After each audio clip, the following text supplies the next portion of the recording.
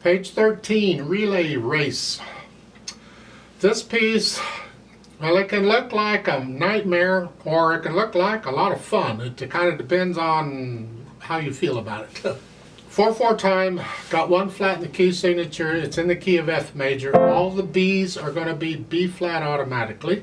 So there's B flats in here in both hands this time. And we got all these eighth notes going on. So let's talk about this one hand at a time, starting with the right hand when it comes in. There in the second measure. Thumb is here, so you're in this position. You're in F position. Remember the B flat. And it's 1 and 2 and. 1 and 2 and 3 and 4 and 1 and 2 and.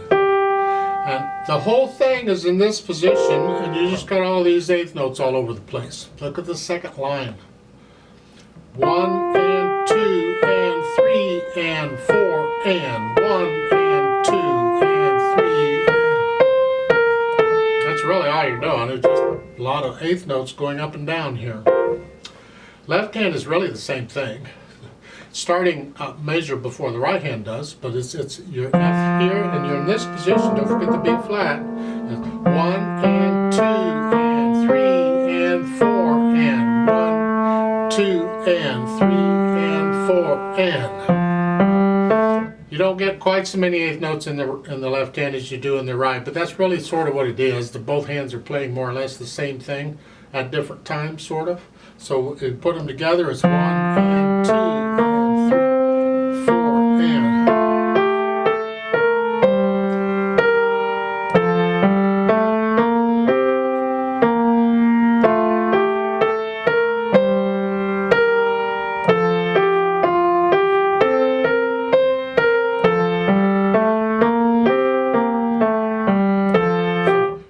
I might be going a little bit fast, but you take it at whatever speed you got to take it to work this out so both hands are working together. Get rid of any hesitations you may have. That beat has to be steady. Doesn't matter how fast it is, it's got to be steady. Speed comes later. We got to learn it first. Then when you get that, there's no articulation in here at all except for the last measure. In the right hand you have these staccatos. Give it a nice light wrist.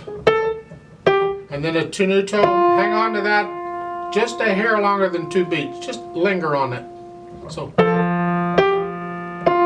and then hang it, and then let both hands go up together. You don't need a tenuto on the end, but they did. Okay, fine. Then you can add the dynamics. Well, it's moderately loud, and that's both hands. This is sort of like both hands talking to each other. You know, it's like a round where they're playing the same melody at different times. So.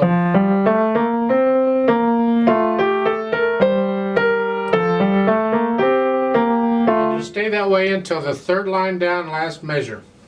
It's measure 9. You see at the beginning of each line there's a number in a box. That's a measure number. They give you the measure number of the first measure of each line. You can count across to figure out what the others are. And measure 9 is the last measure of the third line. Now you're soft. Both hands are soft. And then in the last line you're going to gradually crescendo up to loud. Don't get loud to the last measure, so space it out. First you start soft. You start getting sort of soft. Now it's sort of loud. Now it's loud at the end. So you have to plan that last line out so you're gradually getting loud. You don't get louder with each note. You space it out.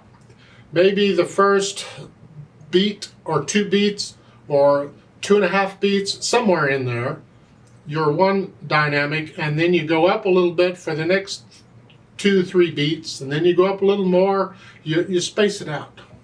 So it's soft, a little louder, it's louder, a little louder. You have to experiment with these crescendos and decrescendos to make them last the whole thing. And really most of your getting louder or softer, whatever you're doing, should come at the end. So rather than a straight line go soft to loud going that way, or are we going this way? I don't know which way you're going. It's not a straight line. It's your very little motion until the very end, and then it just kind of peaks. Then all of a sudden, oh, it's louder. So keep it soft. Now, toward the end, that's where, well, most of the crescendo happens there. it takes practice to be able to do that kind of thing. Takes control. Here's not so bad because you can do both hands the same. You don't have to worry about one hand being soft all the time or whatever. Then you can put in the Allegro once you have all that. Allegro's fast. It's got to be your fast, not my fast. It's whatever fast is to you. What can you play these eighth notes accurately and evenly? They got to be under control. So whatever that is, that's your fast.